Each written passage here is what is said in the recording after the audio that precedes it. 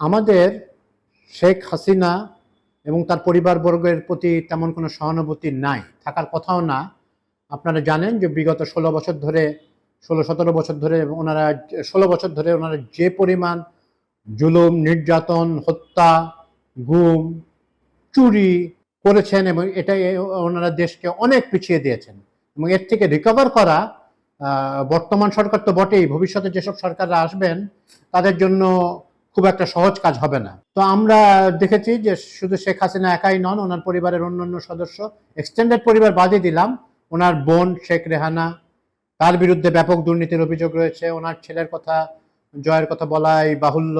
ওনার মেয়েকে তো WHO থেকে এক ধরনের পার্মানেন্ট, মানে পার্মানেন্ট না, এক ইনডেফিনিট ছুটিতে পাঠানো হয়েছে তার বিরুদ্ধে দুর্নীতির অভিযোগ আসার কারণে। তো এটার থেকে we will criticise Sheikh Hasina and her family, কিন্তু তার সব সমালোচনায় একটা একটা লিমিট থাকে। আমরা গত 28 জুলাই যা দেখলাম সোশ্যাল মিডিয়াতে, একজন মহিলার ছবি দিয়ে, এবং উনি একটু রিভিলিং ক্লোথস পরা, কাপড় চোপড় পরা ছিল, ওনার ছবি দিয়ে বলা হলো উনি শেখ হাসিনার কন্যা সাইমা ওয়াজেদের মেয়ে। উনি এক কাকে, কেরালার কাকে বিয়ে করেছেন, খ্রিস্টানকে বিয়ে করেছেন, এবং বিভিন্ন ধরনের ছবি দেওয়া হলো। এবং তাকে মানে মোটামুটি যেটাকে আমাদের এখানে মানে কমন ভাবে বলা হয় স্লাট শেমিং করা হলো। দুঃখজনক, এটা কোনোভাবেই আপনাকে সমর্থন করা যায় না। একজন মহিলাকে, মহিলা বা পুরুষ যাই হোক, একজনকে ব্যক্তিগত আক্রমণ করে আপনারা কি মাইলেজ পেতে চান, কি ধরনের গোল অ্যাচিভ করতে চান, এটা আমার ঠিক বোধগম্য হচ্ছে না। তো বাই দ্য ওয়ে, সাইমা ওয়াজেদের কিন্তু আরো ছেলে মেয়ে আছেন, ছেলে আছেন, ছেলেকে নিয়ে কিন্তু কেউ কিছু বললো না। আমরা এর আগেও তো দেখেছি যে আমাদের প্রেস সচিব মহোদয়ের যে কন্যাকে নিয়ে বাজেভাবে অশালীন করা হয়েছে, অশালীনভাবে পোট্রে করা হয়েছে। আমাদের তারেক রহমান, বিএনপির ভারপ্রাপ্ত সভাপতির কন্যাকে নিয়ে বাজে কথা বলা হয়েছে। আমাদের একজন মিনিস্টারের, তখন আওয়ামী লীগের এক মিনিস্টার খুবই বাজেভাবে কথা বলেছেন এবং এটা ফেসবুকে শেয়ার করে অনেকে বিমল আনন্দ লাভ করেছিলেন। বিএনপির নেত্রী, এনসিপির নেত্রী, মানে জামাতের তো আসলে নেত্রী টেত্রী তেমন নাই, তো মোটামুটি খুবই জঘন্যভাবে চরিত্র হনন এবং সম্পূর্ণ অপ্রাসঙ্গিকভাবে বিভিন্নভাবে সময় মহিলাদেরকে অপমান করা হয়েছে। তো যেটা মনে হচ্ছে যে বাংলাদেশের মানুষ, আমরা আসলে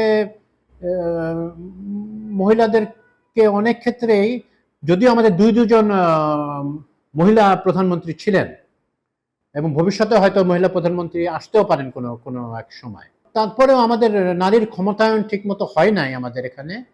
এবং মহিলাদের যে এমপি টেমপি, এগুলো বেশিরভাগই সেরেমোনিয়াল এবং সংসদের অলংকার হিসেবেই তাদেরকে রাখা হয়েছে। তো এবং আমরাও ঠিক মহিলাদেরকে মানুষ হিসেবে দেখি না, শুধু মেয়ে মানুষ হিসেবে দেখছি। এই ধরনের যেটাকে বলা হয় ব্যাডাগিরি, এগুলো আসলে এই জমানায় চলে না। এখন ইকুয়াল অপরচুনিটির যুগ। আমাদের আমাদের যে আমরা যে সংবিধান আছে এবং যে নানা রকম আইন কানুনে আমরা কাগজে কলমে আমরা নারী পুরুষ সমান এরকম আমরা বলি, কিন্তু বাস্তবে আমরা এরকম কিছুই দেখছি না।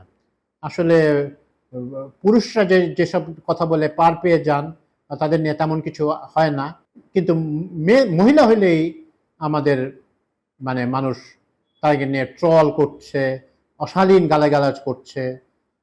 শুধুমাত্র রাজনৈতিক ক্ষেত্রে যেটা সীমাবদ্ধ তা নয়, ইভেন আপনার ফুটবল যে একটা খেলা, এখানে মহিলারা হাফ প্যান্ট পরে খেলবেন কেন, এবং খেলা বন্ধ করে দেওয়া হয়েছে কয়েক জায়গায়। মানে এটা দুঃখজনক বললে আসলে খুব কম বলা হয়, এটা তো অপরাধ। আপনার পুরুষরা যে শর্টস পরে খেলেন, ওটা কি ঠিক ধর্মীয়ভাবে অনুমোদিত? বা বক্সিং করেন যে পোশাক পরে, সেগুলো কি ধর্মীয়ভাবে অনুমোদন নেই তো? অনেকেই আমাকে বলেছেন, আমাকে জানিয়েছেন, মুফতি পর্যায়ের লোকই বলেছেন যে এগুলো পুরুষরা যেটা করেন, কিন্তু পুরুষদের ব্যাপারে পুরুষদের খেলা বন্ধ করতে কেউ গিয়েছে, পুরুষদের কাবাডি খেলা বন্ধ করে দেবো এমনটি আমরা শুনিনি। তো বাংলাদেশে আসলে এটা ঠিক যে আমাদের আসলে অর্থবিত্ত ক্ষমতা না থাকলে আমাদের নারী পুরুষ নির্বিশেষে কারোই আসলে অধিকার প্রতিষ্ঠিত হয় না। এটা খুবই দুঃখজনক হলেও এর মানে দুঃখজনক কথাটা আবারও রিপিট হয়ে গেল, কিন্তু মানে বাট ইট ইজ দ্য মানে স্যাড রিয়ালিটি। এর থেকে বের হয়ে আসার উপায় কি, এটা আমরা কি বলবো, আর উপায় একটাই যে যখন আমরা নারী পুরুষ নারীদেরকে আমরা মানুষ হিসেবে ভাবতে শিখবো। এই ইটস হাই টাইম যে আমরা এরকম ভাবে ভাবি। আমাদের বিগত জুলাই আন্দোলনে মহিলাদের অবদান কিন্তু কারো থেকে কম নয়, পুরুষদের তুলনায় কোনো অংশে কম নয়। তারা ওনারা ওনারা নিজেরা নিহত হয়েছেন এবং বহু তাদের সতীর্থ ভাইদের জীবন বাঁচাতে ভূমিকা পালন করেছেন, পুলিশের সাথে আর্গুমেন্টে গেছেন, তাদের হল থেকে বেরিয়ে এসেছেন, তারা প্রতিবাদে বিক্ষোভে ফেটে পড়েছেন।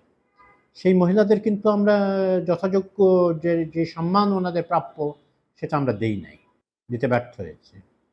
জাতি হিসেবে আমাদের জন্য লজ্জাজনক ব্যাপার।